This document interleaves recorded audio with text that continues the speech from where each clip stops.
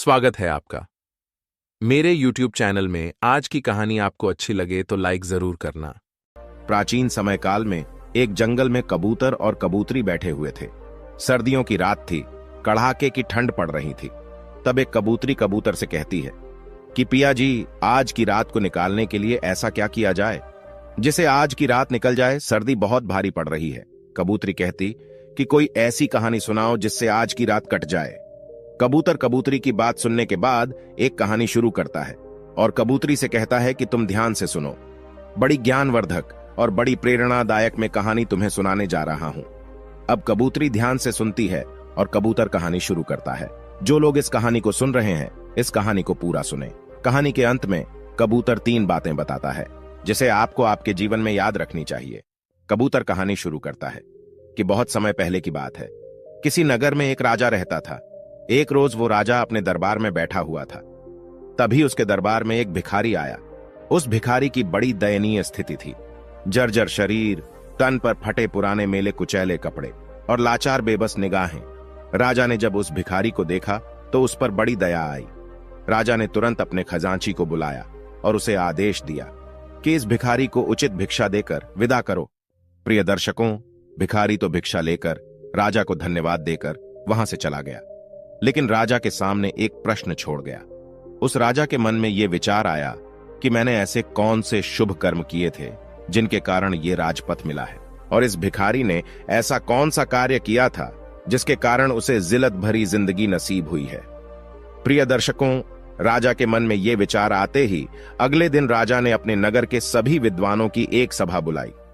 जब सभी विद्वान लोग सभा में उपस्थित हो गए तो राजा ने सभी के सामने अपने मन की जिज्ञासा रखी और उस राजा ने विद्वान जनों से कहा कि हे विद्वान पुरुषों, मैंने आप लोगों को यहां बुलाकर इसीलिए कष्ट दिया है ताकि मैं अपनी एक समस्या का निराकरण आप लोगों से करा सकूं।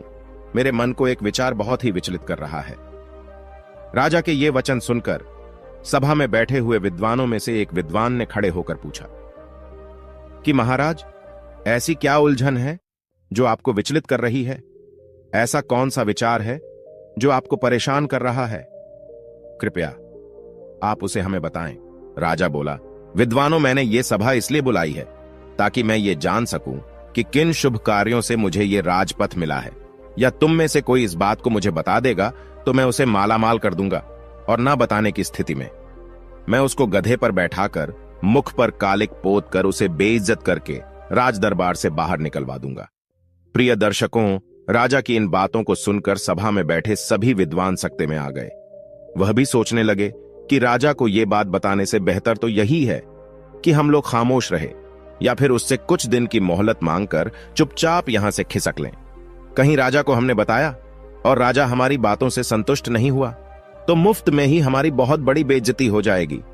प्रिय दर्शकों, ये विचार कर सभी विद्वानों ने आपस में सलाह मिलाई और सलाह मिलाकर सभी विद्वानों ने राजा से कहा कि महाराज, हम आपकी इस प्रश्न का उत्तर तो दे देंगे कि किस पुण्यक्रम के कारण आपको राजपथ नसीब हुआ है, लेकिन उसके लिए आपको हमें कुछ दिन की मोहलत देनी होगी।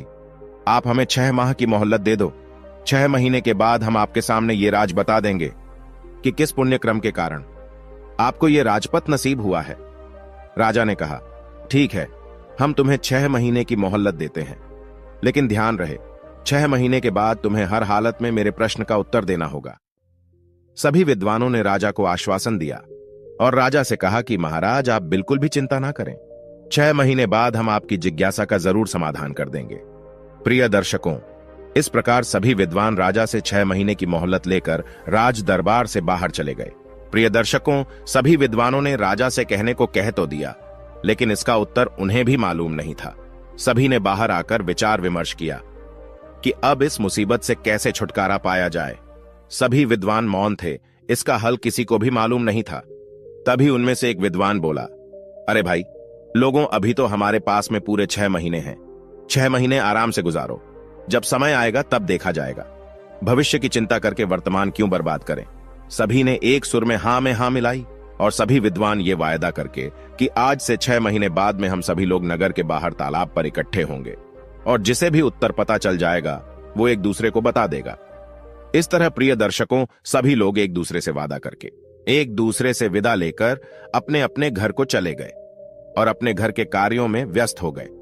दिन गुजरे, महीने गुजरे और गुजरते गुजरते उस समय भी आप पहुंचा जिसके अगले दिन राजा को उसकी सवाल का उत्तर देना था।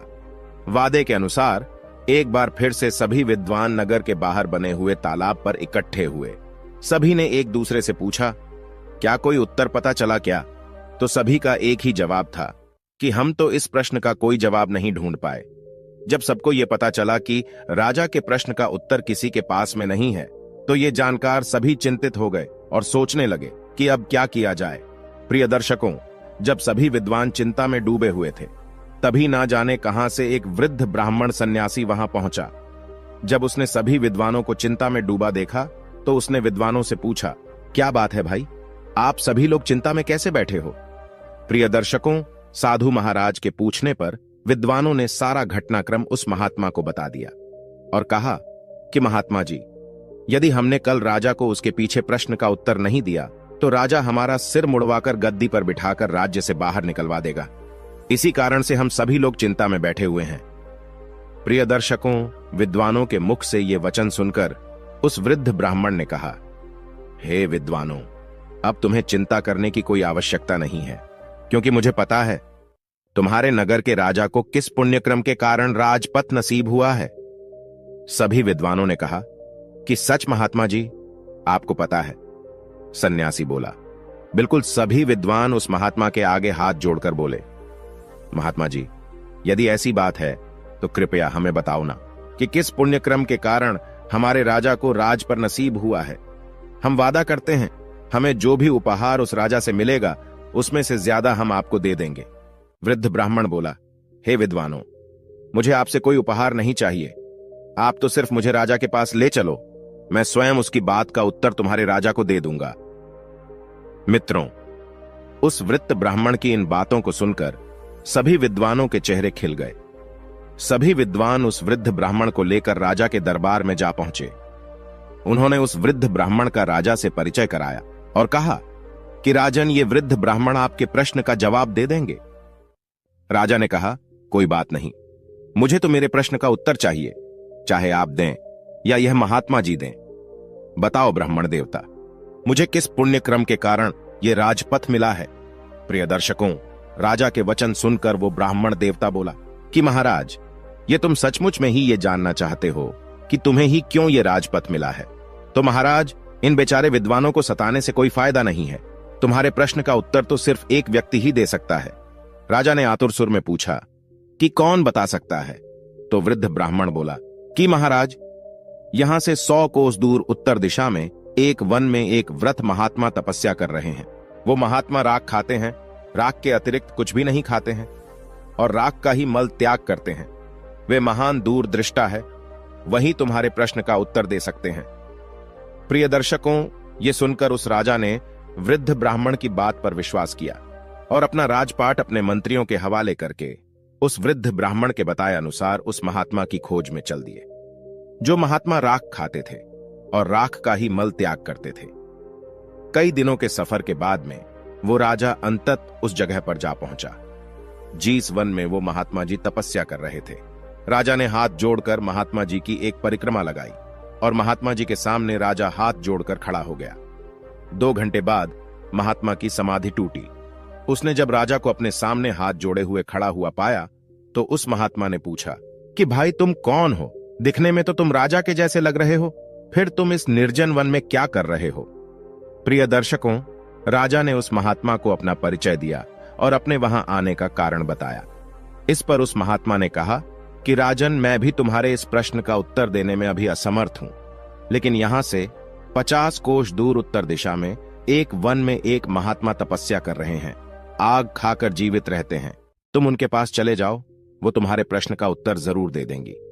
महात्मा की इन बातों को सुनकर राजा कुछ पल के लिए निराश तो जरूर हुआ, किंतु फिर से नए उत्साह के साथ महात्मा द्वारा बताए हुए मार्ग पर उस साधु की तलाश में आगे को चल दिया। शीघ्र ही उसने अगले बल में तपस्या करते उस साधु को खोज लिया, जो आग खाकर जिंदा रहते थे। वो साधु महात्मा भी समाधि अवस्था में बैठे हुए तपस्या कर रहे थे। कुछ देर बाद जब उन महात्मा की समाधि टूटी, तो उन्होंने अपने सामने राजा को आदरपूर्ण मुद्रा में खड़ा हुआ पाया। जब महात्मा ने राजा से अपने पास में आने का कारण पूछा तो राजा ने बता दिया कि वो किस लिए उनके पास में आया है। प्रिय दर्शकों, राजा सुनकर साधु ने कहा, सुनो राजन, ये सच है कि मैं बहुत दिनों से तपस्या कर रहा हूं, किंतु अनेक बातें ऐसी हैं जिनका रहस्य मुझे भी पता नहीं है। तुम जिस प्रश्न के लिए मेरे पास में आए हो, तुम्हारा प्रश्न भी कुछ ऐसा ही है। मैं इसका भी उत्तर बताने में असमर्थ हूं। प्रिय दर्शकों, जब वो राजा उन साधु महाराज के इन वचनों को सुनता है तो निराश हो जाता है। राजा उन महात्मा जी से कहता है कि हे प्रभु, तब तो मेरा इतनी दूर आना व्यर्थ ही गया। मैं तो बढ़िया आशा लेकर आपके पास में आया था कि आप मेरी समस्या का अवश्य निराकरण कर देंगे। प्रिय दर्शकों, जब वो साधु महाराज राजा को बहुत उदास देखते हैं तो कहते हैं कि हे राजन, निराश मत हो, मुझे आपके प्रश्न का उत्तर पता नहीं है, लेकिन मैं उस व्यक्ति को भली भांति जानता हूं जिसके पास में तुम्हारे सभी सवालों के उत्तर है। राजा ने कहा, ठीक है महाराज, आप उनका ही पता बता दीजिए। इतनी दूर आया हूं तो मैं उनसे भी मिल लेता हूं। महात्मा जी बोले, सुनो राजन, यहां से 50 मील जब तुम आगे जाओगे तो तुम्हें एक नीलगढ़ नाम का शहर पड़ेगा। उस शहर में एक रामू नाम का जाना माना वैश्य रहता है। उस वैश्य की पत्नी इस समय गर्भवती है और अब से 2 दिन बाद उस वैश्य की पत्नी के गर्भ से एक पुत्र जन्म लेगा। उस वैश्य के घर में पुत्र तो जन्म लेगा, लेकिन कुछ घंटे जीवित रहने के बाद उसकी मृत्यु हो जाएगी। जब उसकी मृत्यु हो जाएगी तो वैश्य श्मशान की मिट्टी में अपने पुत्र को दफन करेगा। जब वैश्य अपने पुत्र को दफन करके वापस लौट जाए तो तुम उस मृत बच्चे की देह को जमीन से बाहर निकाल लेना और उस मृत बच्चे के सामने तुम अपना प्रश्न रखना। तुम्हें तुम्हारे प्रश्न का उत्तर मिल जाएगा। राजा ने साधु का धन्यवाद किया और साधु से विदा लेकर राजा आगे को बढ़ गया। चलते चलते राजा साधु की बताए हुए शहर नीलनगर में पहुंच गया और वैश्य का घर तलाश करके उसके घर के समीप ही एक चबूतरे पर बैठ गया। कुछ ही देर में वैश्य अपने घर से बाहर निकला। अजनबी व्यक्ति को बाहर बैठा हुआ देखकर उस वैश्य ने राजा से पूछा कि मित्र, कौन हो तुम और यहां बैठे किसकी प्रतीक्षा कर रहे हो? राजा बोला, मुझे प्रतीक्षा है तुम्हारे घर में आने वाले उस नन्हे से मेहमान की, जो शीघ्र ही तुम्हारी पत्नी के गर्भ से जन्म लेने वाला है। वैश्य अजनबी के मुख से जब इन बातों को सुनता है तो उसे बड़ा ही आश्चर्य होता है। राजा की इन बातों को सुनकर वैश्य राजा से पूछता है कि आपको कैसे पता चला कि मेरी पत्नी गर्भवती है? राजा ने कहा, इसमें आश्चर्य करने की कोई बात नहीं है। मुझे ये बात एक महात्मा ने बताई है और उसने ये भी कहा है कि तुम्हारी पत्नी की गर्भ से जो शिशु जन्म लेगा वह लड़का होगा। लेकिन शब्द सुनकर वैश्य बोला, लेकिन क्या भाई, तुमने अपनी बात अधूरी क्यों छोड़ दी? बच्चा स्वस्थ तो पैदा होगा? राजा ने कहा, हां भाई, खूब स्वस्थ पैदा होगा, लेकिन सिर्फ कुछ ही घंटे वो जीवित रह पाएगा, बाद में उसकी मृत्यु हो जाएगी। वैश्य भयभीत स्वर में बोला, अरे भाई, शुभ शुभ बोलो। इस अधेड़ आयु में तो मेरे यहां पुत्र रतन पैदा होगा, और अगर वो पैदा होने के बाद मर गया तो ये मेरे लिए किसी सदमे से कम ना होगा। राजा ने कहा, भाई, जो सत्य है वो मैंने तुम्हें बता दिया। प्रिय दर्शकों, जब वो वैश्य अजनबी के मुख से इन बातों को सुनता है तो अपने पुत्र को बचाने की खातिर कई वैद्य हकीमों को बुला लेता है। लेकिन प्रिय दर्शकों, विधाता की लिखी को कौन मिटा सकता है? होता वही है जो मंजूरी खुदा होता है। प्रिय दर्शकों, उस वैश्य ने अपने पुत्र को बचाने का भरसक प्रयास किया, लेकिन उसकी कोई युक्ति काम नहीं आई। महात्मा के बताए अनुसार वैश्य की पत्नी की कोख से एक पुत्र ने जन्म लिया। खूब खुशियां मनाई गई, लेकिन 4 घंटे बाद ही बच्चे की सांस उखड़ने लगी। सभी वैद्य हकीमों ने बच्चे को बचाने की खूब जतन किए, लेकिन उनका कोई प्रयास सफल नहीं हुआ और वो बच्चा 4 घंटे की आयु जीकर शांत हो गया, यानी उसकी मृत्यु हो गई। जिस घर में कुछ देर पहले तक खुशी की सहनाइयां बज रही थी, खुशी का माहौल था, बच्चे के प्राण त्यागते ही एकदम से मातम सा छा गया। वैश्य के घर में हाहाकार मच गया। छाती पर पत्थर रखकर अपना कर्तव्य पूरा किया। उसने अपने बच्चे की सबको कपड़े में लपेटा और श्मशान के लिए चल दिया। शमशान पहुंचकर वैश्य ने एक गड्ढा खोदा और उस गड्ढे में अपने कलेजे के टुकड़े को दफन कर दिया। मिट्टी डालने के बाद जब वो वैश्य नम आंखों से अपने घर को लौटने लगता है, वैसे ही ताक में बैठा हुआ राजा उस स्थान पर पहुंचता है, क्योंकि उस महात्मा ने कहा था कि जैसे ही वहां से अपने घर को लौटे तो तुम्हें वो बच्चा जमीन से बाहर निकाल लेना है। यह तुमने थोड़ा भी विलंब कर दिया, फिर तुम्हारे प्रश्न का उत्तर नहीं मिल पाएगा। इसीलिए राजा वैश्य के जाते ही उस स्थान पर आता है और गड्ढे की मिट्टी हटाकर बच्चे को बाहर निकाल लेता है। प्रिय दर्शकों, जैसे ही वो राजा बच्चे को कपड़े से अलग करता है तो उसके आश्चर्य की सीमा नहीं रहती है। होता यह है कि वो मरा हुआ बच्चा फिर से जीवित हो जाता है और राजा से कहता है, क्या हुआ भाई, तुमने मेरी चिर निद्रा में क्यों विघ्न पैदा किया है? बच्चे की इन बातों को सुनकर राजा अपना प्रश्न उस बच्चे को बताता है और कहता है कि मैं अपने प्रश्न के उत्तर के लिए तुम्हारे पास में आया हूं। एक तुम ही हो जो मेरी शंका का समाधान कर सकते हो। राजा ने जब उसको अपनी समस्या बताई तो वह बालक बोला कि भाई सुनो, जिस कारण से या जिस क्रम से तुम्हें यह राजपद नसीब हुआ है वो एक लंबी कहानी है। यदि तुम ये जानना ही चाहते हो तो मैं वो कहानी तुम्हें संक्षेप में सुनाता हूं। भाई, इस जन्म में तुम राजा हो। इस जन्म से पहले यानी पूर्व जन्म में तुम मेरे माजाई भाई थे। राजा आश्चर्य से बोला कि मैं तुम्हारा भाई था? तो बालक बोला, हां राजन, पूर्व जन्म में हम 4 भाई थे। तब हम एक आश्रम में रहकर विद्या अध्ययन किया करते थे।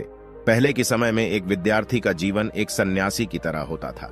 ब्रह्मचर्य का पालन करना, भिक्षा मांगकर भोजन करना और भी कई नियम थे जो एक विद्यार्थी को पालन करने होते थे।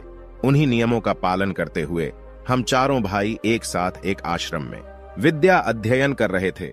हम 4 भाई आश्रम के नजदीक नगर में भिक्षा मांगने जाया करते थे और जो कुछ भी भिक्षा हम 4 भाइयों को प्राप्त होती थी उसे हम 4 भाई मिलजुल कर बांट कर खा लिया करते थे। इस तरह से हम 4 भाई आश्रम में रहकर विद्या अध्ययन कर रहे थे और ये क्रम कई वर्षों तक ऐसे ही चलता रहा। किंतु एक दिन हम लोगों से एक बहुत बड़ी गलती हो गई। राजा ने उत्सुकतावश पूछा, कैसी गलती? तो बालक बोला कि राजन, बीच में मत बोलो, बस तुम मेरी बातों को सुनते रहो, क्योंकि मेरे पास बहुत ही कम समय बचा हुआ है। यदि वो निकल गया तो तुम्हारा उत्तर भी अधूरा रह जाएगा। राजा बालक की जब इन बातों को सुनता है तो एकदम से चुप हो जाता है। बच्चा आगे कहानी बताते हुए कहता है कि हे राजन, एक दिन रोज की तरह हम 4 भाई भिक्षा मांगने के लिए निकले। कई लोग घरों पर जाकर हमने भिक्षा के लिए आवाज लगाई, लेकिन किसी भी दरवाजे से हमें अन्न का एक दाना नसीब नहीं हुआ। उस दिन हम 4 भाई खाली हाथ ही आश्रम लौट आए, क्योंकि हम 4 भाइयों में से किसी को भी भिक्षा नहीं मिली थी। इस कारण हमने वो रात खाली पेट ही गुजारी। दूसरे दिन भी हम 4 भाइयों के साथ कुछ ऐसा ही हुआ। उस दिन भी हमें अन्न का एक दाना नहीं मिला और तीसरा दिन भी हम लोगों ने भूखे रहकर ही गुजारा। किसी भी गृहस्थ ने हमें भिक्षा नहीं दी, उल्टा हमें यह कहकर दुत्कार दिया, इतने हट्टे कट्टे होकर भी भिक्षा मांगते हो, तुम्हें भिक्षा मांगते हुए शर्म नहीं आती? उस गृहस्थ के अपमान भरे शब्द सुनकर हम तीनों भाइयों के सर शर्म से नीचे झुक गए। लज्जा के मारे हम तीनों भाई उस दिन से भिक्षा मांगने भी नहीं गए। लेकिन तुझे यह बात स्वीकार नहीं थी। तुमने कहा कि एक ब्रह्मचारी को लज्जा कैसी? लज्जा को त्यागने के लिए ही तो आश्रम में गुरुजी हमें भिक्षा लाने के लिए कहते हैं, ताकि आगे चलकर ब्रह्मचारी निराकार भाव से परमार्थ के कार्य कर सके। उसके मन से ऊंच नीच, जात पात, छोटे बड़े का भाव समाप्त हो जाए और सभी को एक दृष्टि से देखे। उसके लिए ना कोई छोटा हो और ना कोई बड़ा हो, सभी मानव एक समान है, ये भावना उसके अंदर पैदा हो जाए। इसीलिए एक साधु को भिक्षा मांगना बहुत जरूरी होता है, तभी उसके अंदर से भेदभाव की भावना समाप्त होती है। इसीलिए उस दिन तुम अकेले ही भिक्षा मांगने निकल गए। जब तुम भिक्षा मांगकर वापस लौटे तो तुम्हारी झोली में इतना आटा था जिससे 4 रोटियां तैयार हो सके। हम तीनों भाइयों ने मिलकर तुम्हारे द्वारा लाए हुए आटे से 4 रोटियां बनाई और 4 रोटियां को आपस में बांटकर खाने की तैयारी करने लगे, क्योंकि हम 4 भाई 3 दिनों के भूखे थे। इसीलिए हम जल्दी से जल्दी अपनी भूख मिटाना चाहते थे। जब हम 4 भाई रोटी खाने ही वाले थे, तभी एक वृद्ध ब्राह्मण भोजन की तलाश में हमारे पास में पहुंचा। जब उसने हमारे हाथ में भोजन की थाली देखी तो उस वृद्ध ब्राह्मण ने हम 4 भाइयों से अपने अपने भोजन में से थोड़ा थोड़ा भोजन देने की प्रार्थना की, क्योंकि हम 4 भाइयों का भूख के मारे पहले ही बहुत बुरा हाल था। उस पर वो वृद्ध ब्राह्मण भोजन मांग रहा था। यह सुनकर हमारे बड़े भाई ने उस वृद्ध ब्राह्मण से कहा कि अरे ब्राह्मण देवता, तुम कहां से अटपके? हम लोग तो पहले से ही 3 दिनों से भूखे हैं। मुश्किल से आज एक रोटी नसीब हुई है और तुम कहते हो कि उसमें से हम तुम्हें दे दें। यदि हमने तुम्हें अपनी रोटी दे दी तो हम क्या राख खाएंगे?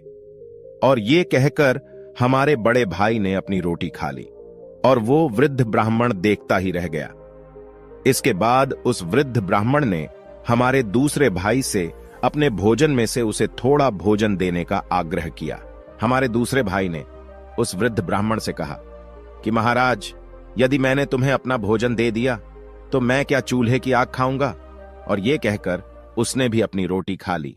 जब हमारे दोनों भाइयों से उसे निराशा हाथ लगी तो वो वृद्ध ब्राह्मण मेरे पास में आया। मैंने भी अपने दोनों भाइयों की तरह उसे टकासा जवाब दे दिया कि हे ब्राह्मण देवता, यदि हमने अपने भोजन में से तुम्हें भोजन दे दिया तो मैं मरूंगा या जीऊंगा। और ये कहकर मैंने भी अपनी रोटी खा ली। जब हम तीनों भाइयों से उस वृद्ध ब्राह्मण को निराशा हाथ लगी तो आखिर में वो वृद्ध ब्राह्मण तुम्हारे पास में पहुंचा और इस उम्मीद में तुम्हारी तरफ से निहारने लगा कि शायद तुम अपने भोजन में से कुछ भोजन में उसकी सेवा में अर्पित कर दो। हे राजन, जब वो ब्राह्मण तुम्हारे पास में पहुंचा तो तुमने बिना किसी हिचकिचाहट के अपने हिस्से वाली रोटी उस वृद्ध ब्राह्मण को दे दी। साथ ही यह कहते हुए क्षमा भी मांगी कि हे ब्राह्मण देवता, आज तो मेरे पास में एक ही रोटी है, आप इस एक रोटी को खाकर अपनी भूख मिटाएं। आप फिर किसी दिन हमारे यहां पर पधारी, ये मैं आपका संपूर्ण रूप से अतिथि सत्कार करूंगा। सो हे राजन, तब से हम सब भाई अपने अपने पूर्व जन्म में किए क्रम का फल भोग रहे हैं। उस दिन वो ब्राह्मण तो ऐब मस्तू कहकर चला गया और हम तीनों भाइयों पर मुसीबत का पहाड़ टूट पड़ा।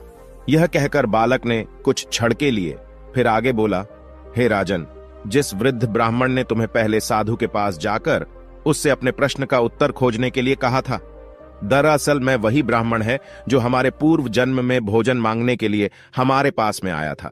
और वह पहला साधु जो सिर्फ राख खाता है और राख का ही मल त्यागता है, उस काल का हमारा बड़ा भाई है। उसने ब्राह्मण से यह कहा था कि तुम्हें रोटी दे दूंगा तो खाऊंगा क्या राख। अतः ब्राह्मण के हिसाब से ही बेराख खाकर ही जीवित है। पहले साधु ने तुम्हें दूसरे साधु के पास में जाने का परामर्श दिया। वह दूसरा साधु दरअसल हमारा दूसरा भाई है जो सिर्फ आग खाकर ही जीवित रहता है। उसने ब्राह्मण के रोटी मांगने पर यह कहा था, यह ब्राह्मण देवता, यदि मैं तुझे रोटी दे दूंगा तो क्या मैं चूल्हे की आग खाऊंगा? सो उस ब्राह्मण का सांप उस पर भी फलीभूत हो रहा है। आगे वो बच्चा उस राजा से बोला, हे राजन, अब आप मेरे विषय में भी सुन लो। मैंने ब्राह्मण को रोटी ना देकर यह कहा था कि यदि मैं तुम्हें रोटी दे दूंगा तो मेरा क्या होगा, मैं जीऊंगा या मरूंगा। बस तभी से मैं जीता और मरता आ रहा हूं। मैं नित्य किसी ना किसी के यहां जन्म लेता हूं और कुछ घंटे, कुछ दिवस अथवा कुछ महीने जीवित रहकर वापस मर जाता हूं। और तब से यह घटनाक्रम नियमित रूप से चल रहा है। प्रिय दर्शकों, इतना कहकर बालक ने जब राजा को उसके विषय में बताना शुरू किया तो उसने राजा को बताया कि हे राजन, अब तुम अपने विषय में भी सुन लो। तुमने अपने हिस्से की रोटी उस ब्राह्मण को दी और स्वयं भूखे रहे। तुमने अपने आतिथ्य धर्म का पूरी तरह से परिपालन किया। अतः उन्हीं शुभ कर्मों के कारण इस जन्म में तुम्हें राजा बनने का अवसर मिला है, क्योंकि परमात्मा उन्हीं लोगों को राजपद देता है या अमीर बनाता है जो खुद की ना सोच के दूसरों की परवाह करते हैं, जो दूसरों के बुरे वक्त में उनकी सहायता करते हैं, जो अपने मुंह का निवाला भी दूसरों की सेवा में समर्पित कर देते हैं। ऐसे लोगों को परमात्मा इस मंशा से अमीर बनाता है कि ये लोग अमीर होकर दूसरों के सुख दुख में उनका साथ निभाएंगे। लेकिन अधिकतर लोग अमीर होकर अपना ही सोचते हैं। वो ये भूल जाते हैं कि यह अमीरी हमें हमारे पिछले जन्म के पुण्य फलों के कारण प्राप्त हुई है और परमात्मा ने हमें दूसरों की सहायता के लिए अमीर बनाया है। यदि हम पुण्य कर्म करेंगे, लोगों की सहायता करेंगे, तो इस जन्म में तो हमें परमात्मा ने अमीर बनाया है, अगला जन्म भी हमारा अमीरी में ही बीतेगा। इसलिए राजन, तुम्हारे लिए अच्छा यही होगा कि तुम अपनी प्रजा की गरीब, असहाय लोगों की और जरूरतमंद लोगों की भरपूर मदद करो, परोपकार के कार्य करो, ताकि तुम्हारा आगामी जीवन भी सुखमय बन सके। प्रिय दर्शकों, इतना कहकर बालक एकदम से चुप हो गया। उसकी आंखें बंद हो गईं, उसकी गर्दन एक और लुढ़क गई। राजा समझ गया कि यह बच्चा सिर्फ इतनी देर के लिए ही जीवित हुआ था। अतः राजा ने बड़ी सावधानी के साथ में उस बालक की सबको कपड़े में लपेटा और बड़े ही सम्मान के साथ उस बच्चे के सब को जमीन में दबा दिया। और जमीन में दबा देने के बाद राजा अपने नगर को वापस लौट गया, क्योंकि अब राजा को भी यह पता चल चुका था कि उसे इस कारण से यह राजपद नसीब हुआ है। तो प्रिय दर्शकों, ये थी आज की कहानी। आशा है इस कहानी से आपको भी पता चल गया होगा कि किस कर्म के कारण मनुष्य रंग से राजा बन जाता है और किस कर्म के कारण मनुष्य को जिल्लत भरा जीवन भुगतना पड़ता है। यदि आप भी अपना कल अच्छा चाहते हैं तो कृपया गरीब असहाय लोगों की मदद करें, जरूरतमंद लोगों की सहायता करें, माता पिता का आदर करें और ईश्वर का भजन करें।